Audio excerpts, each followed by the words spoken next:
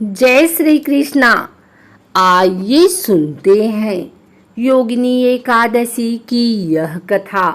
अर्जुन ने कहा, हे त्रिलोकीनाथ, मैंने ज्येष्ठ माह के शुक्ल पक्ष की निर्जला एकादशी की कथा सुनी। अब आप कृपा करके आषाढ़ माह के कृष्ण पक्ष की एकादशी की कथा सुनाइए। इस एकादशी का नाम तथा महात्म्य क्या है, सो अब मुझे विस्तार पूर्वक बताएं। श्री कृष्ण ने कहा, हे पांडु पुत्र, आषाढ़ माह के कृष्ण पक्ष की एकादशी का नाम योगिनी एकादशी है। इसके व्रत से सभी पाप नष्ट हो जाते हैं। यह व्रत इस लोक में भोग तथा परलोक में मुक्ति देने वाला है। हे अर्जुन, यह एकादशी तीनों लोकों में प्रसिद्ध है। इसके व्रत से सभी पाप नष्ट हो जाते हैं। तुम्हें मैं पुराण में कही हुई कथा सुनाता हूँ, ध्यान पूर्वक श्रवण करो। कुबेर नाम का एक राजा अलकापुरी नाम की नगरी में राज्य करता था। वह शिव भक्त था।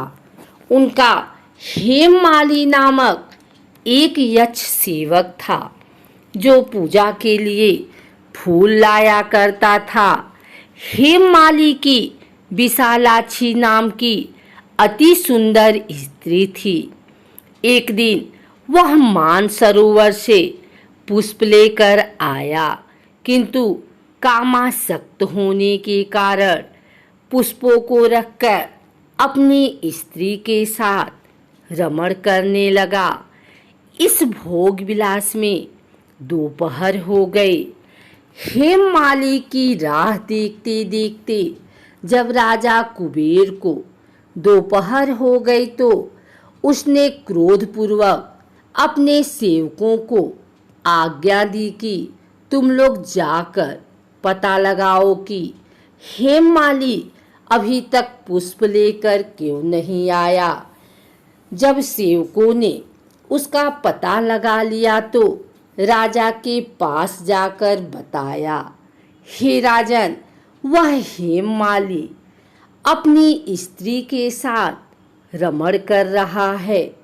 इस बात को सुन राजा कुबेर ने हेममाली को बुलाने की आज्ञा दी। डर से कांपता हुआ हेममाली राजा के सामने उपस्थित हुआ। उसे देखकर कुबेर को अत्यंत क्रोध आया और उसके होठ फड़फड़ाने लगे। राजा ने कहा, अरे अधम, तूने मेरे परम पूजनीय देवों के देव भगवान शिव जी का अपमान किया है। मैं तुझे श्राप देता हूँ कि तू स्त्री के वियोग में तड़पे और मृत्युलोक में जाकर कोढ़ी का जीवन व्यतीत करे। कुबेर के श्राप से वह तत्क्षण स्वर्ग से पृथ्वी पर आ गिरा और कोढ़ी हो गया। उसकी स्त्री भी उससे बिछड़ गई। मृत्युलोक में आकर उसने अनेक भयंकर कष्ट भोगे, किंतु शिव की कृपा से उसकी बुद्धि मलिन न हुई और उसे पूर्व जन्म की भी सुध रही। अनेक कष्टों को भोगता हुआ तथा अपने पूर्व जन्म के कुकर्मों को याद करता हुआ वह हिमालय पर्वत की तरफ चल पड़ा। चलते चलते वह मार्कंडे ऋषि के आश्रम में जा पहुंचा। वह ऋषि अत्यंत वृद्ध तपस्वी थे। वह दूसरे ब्रह्मा के समान प्रतीत हो रहे थे और उनका वह आश्रम ब्रह्मा की सभा के समान शोभा दे रहा था। ऋषि को देखकर हेममाली वहां गया और उन्हें प्रणाम करके उनके चरणों में गिर पड़ा। हेममाली को देखकर मार्कंडे ऋषि ने कहा, तूने कौन से निकृष्ट कर्म किए हैं जिससे तू कोढ़ी हुआ और भयानक कष्ट भोग रहा है। महर्षि की बात सुनकर हेममाली बोला, हे मुनि श्रेष्ठ, मैं राजा कुबेर का अनुचर था। मेरा नाम हेममाली है। मैं प्रतिदिन मानसरोवर से फूल लाकर शिव पूजा के समय कुबेर को दिया करता था। एक दिन पत्नी सहवास के सुख में फंस जाने के कारण मुझे समय का ज्ञान ही नहीं रहा और दोपहर तक पुष्प न पहुंचा सका। तब उन्होंने मुझे श्राप दिया कि तू अपनी स्त्री का वियोग और मृत्युलोक में जाकर कोढ़ी बनकर दुख भोग। इस कारण मैं कोढ़ी हो गया हूँ तथा पृथ्वी पर आकर भयंकर कष्ट भोग रहा हूँ। अतः कृपा करके आप कोई ऐसा उपाय बतलाएं जिससे मेरी मुक्ति हो जाए। मार्कंडे ऋषि ने कहा, हे हेममाली, तूने मेरे सम्मुख सत्य वचन कहे हैं, इसलिए मैं तेरे उद्धार के लिए एक व्रत बताता हूँ।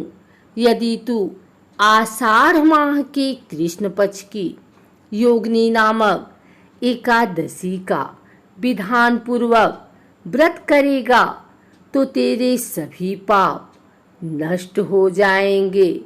महर्षि के वचन सुन हेममाली अति प्रसन्न हुआ और उनके वचनों के अनुसार योगिनी एकादशी का विधान पूर्वक व्रत करने लगा। इस व्रत के प्रभाव से अपने पुराने स्वरूप में आ गया और अपनी स्त्री के साथ सुखपूर्वक रहने लगा। हे राजन, इस योगिनी एकादशी की कथा का फल 88 सहस्त्र ब्राह्मणों को भोजन कराने के बराबर है। इसके व्रत से सभी पाप नष्ट हो जाते हैं और अंत में मोक्ष प्राप्त करके प्राणी स्वर्ग का अधिकारी बनता है। मनुष्य को पूजा आदि धर्म में आलस्य या प्रमाद नहीं करना चाहिए, अपितु मन को संयम में रखकर सदैव भगवान की सेवा में तत्पर रहना चाहिए।